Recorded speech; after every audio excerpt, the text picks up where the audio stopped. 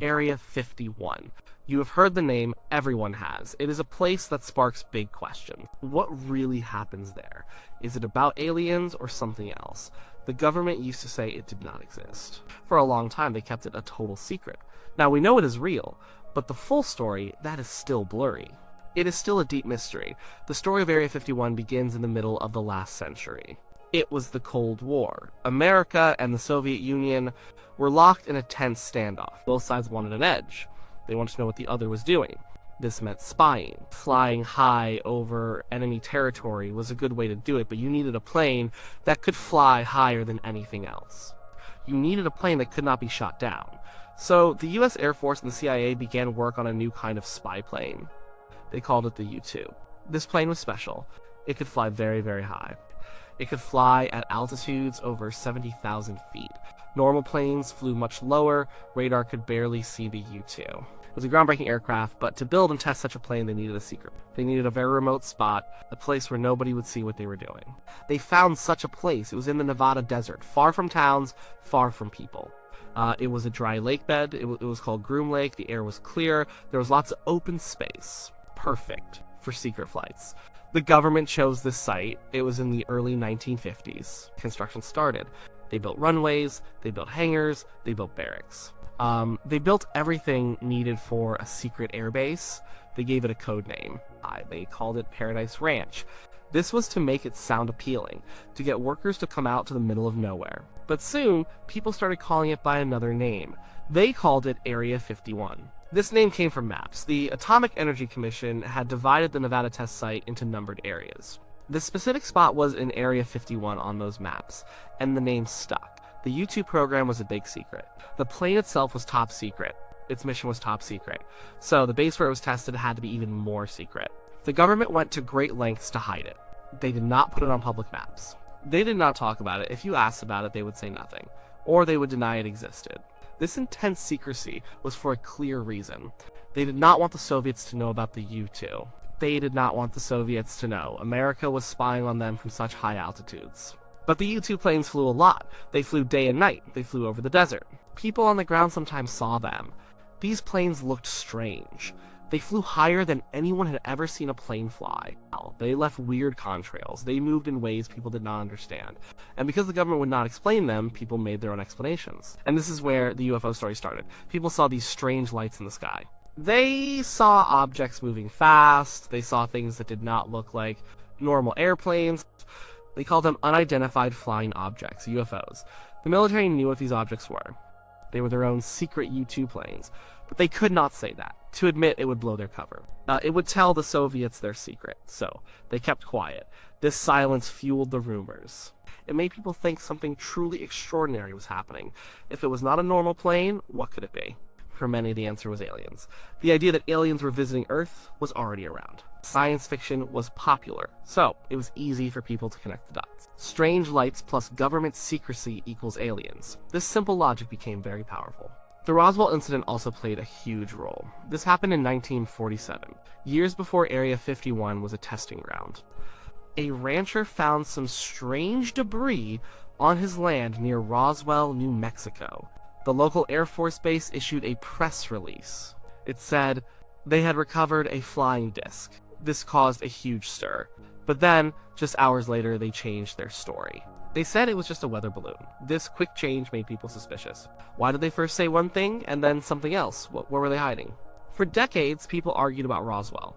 Was it really a weather balloon, or was it a crashed alien spacecraft? The government stuck to its weather balloon story, but many did not believe it. And as Area 51 secrecy grew, the Roswell story became tied to it.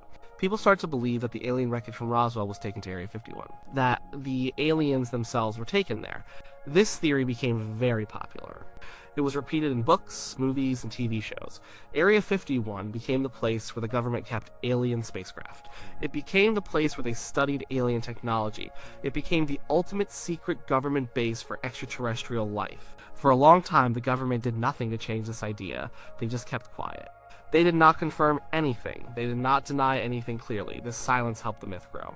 It allowed people to fill in the blanks with their wildest ideas, and the wilder the ideas, the more interesting the story became. Then, in the late 1980s, a man named Bob Lazar came forward. He made some incredible claims. Lazar said he had worked at a secret site near Area 51. He called this place S4. He said it was just south of Groom Lake. He claimed he had worked on alien spacecraft there. He said the government had 9 alien ships. He said they were trying to reverse engineer them to figure out how they worked. Lazar described the ships. He said they used a special fuel, an element he called element 115. He said this element created gravity waves. That is how the ships flew. He showed drawings of the ships. He told stories about working in a secret base. His claims were very specific. They sounded real to many people. His story got huge attention. It was on TV. It was in magazines. It made Area 51 famous around the world. It cemented the idea that Area 51 was about aliens. Before Lazar, Area 51 was a known secret base. After Lazar, it was the alien base. But Lazar's story also had problems. Many people doubted him. Scientists said element 115 was not known. They questioned his background. He claimed to have degrees from MIT and Caltech, but neither school had records of him. His story had holes, but for his supporters, these holes did not matter. They saw him as a whistleblower, someone brave enough to tell the truth, even if it meant facing ridicule. Even if it meant the government would come after him. The government still said nothing. They never confirmed Lazar's claims. They never denied them directly either. They just stayed silent. This was their usual approach. It left people wondering, was Lazar telling the truth, or was he making it all up? The mystery just grew deeper. Beyond the U-2, Area 51 became a test site for other advanced aircraft, very secret planes. After the U-2, the A-12 Oxcart came along. This was another spy plane, even faster. Even higher flying than the U-2, it was designed to fly at Mach 3, 3 times the speed of sound. It was built by Lockheed Skunk Works. That is their secret design division. They needed a place to test the A-12. Groom Lake was perfect. The A-12 also caused UFO sightings. It looked very unusual, and it was very fast. Then came the SR-71 Blackbird. This was an even more famous spy plane. It evolved from the A-12. It was also tested at Area 51. It was sleek, it was black, it was incredibly fast, and it was designed to be invisible to radar. It was a marvel of engineering. For years, the SR-71 flew missions, but its origins were secret. Its testing was secret. Area 51 was its home. Later, in the 1980s, another groundbreaking aircraft came to Area 51. This was the F-117 Nighthawk. This was the stealth fighter. It was the first operational aircraft designed to be almost invisible to radar. It was a huge leap in military technology. Testing such a plane needed the utmost secrecy. Area 51 was the obvious choice. The F-117 flew at night.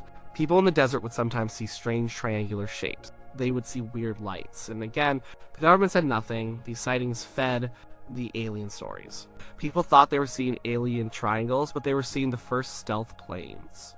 This pattern continued for decades. The government developed new, secret planes. They tested them at Area 51. People saw strange things. The government stayed silent. The alien myths grew.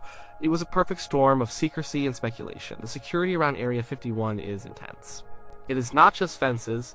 It is not just signs. The perimeter is guarded by highly trained security personnel. They are sometimes called camo dudes. They drive white pickup trucks. They watch everything.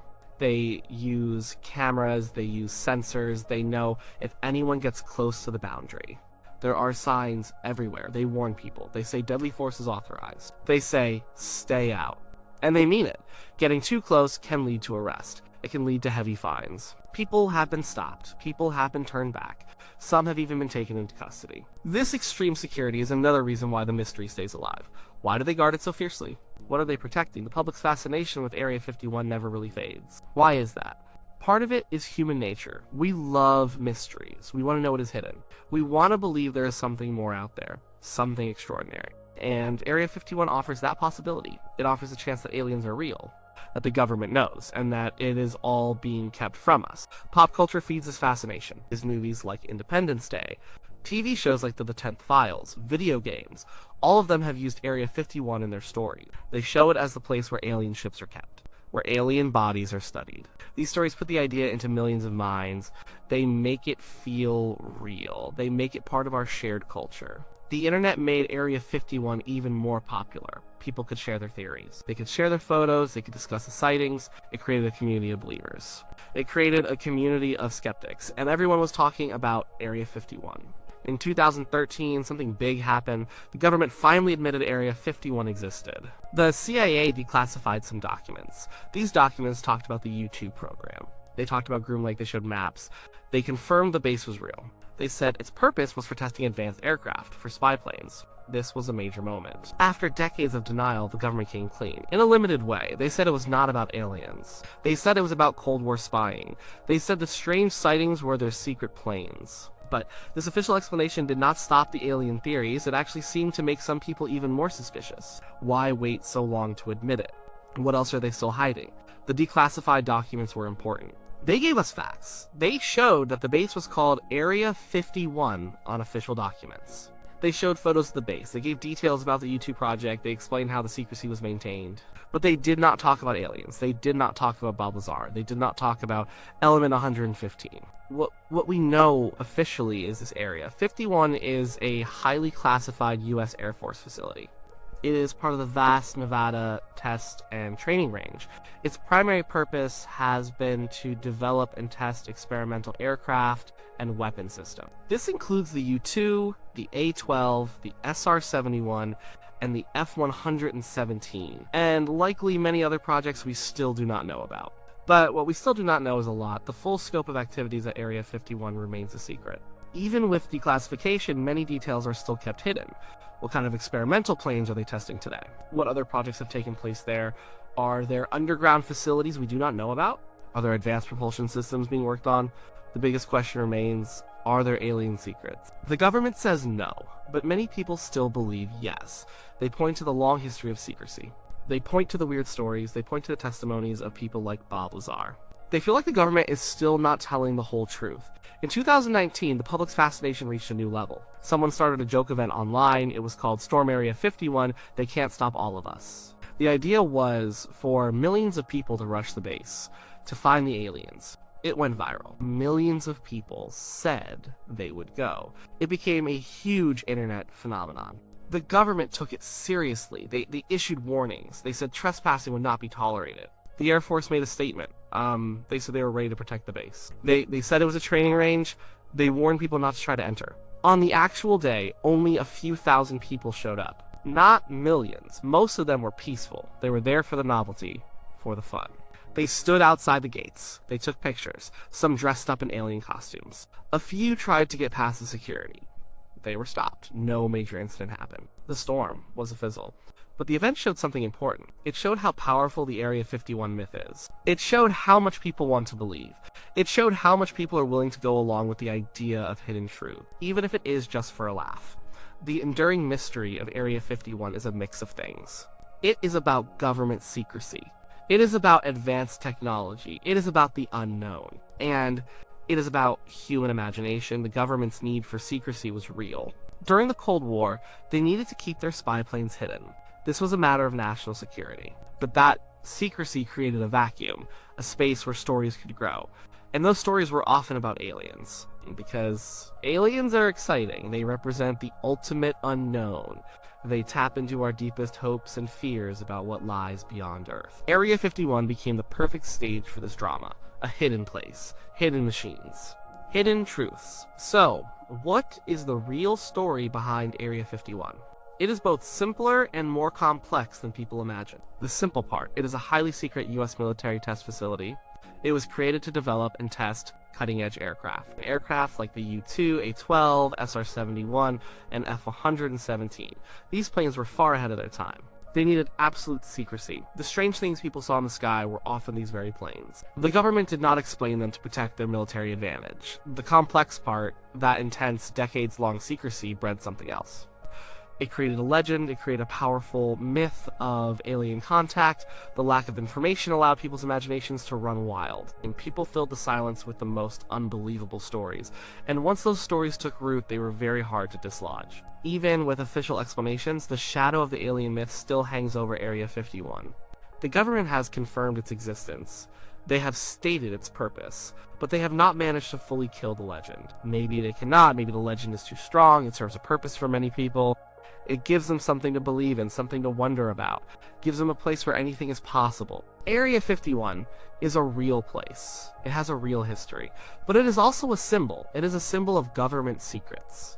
It is a symbol of the unknown, and it is a symbol of our unending curiosity about life beyond Earth. We might never get every single answer about what went on there, and maybe that is part of why the story keeps us hooked. It keeps the mystery alive.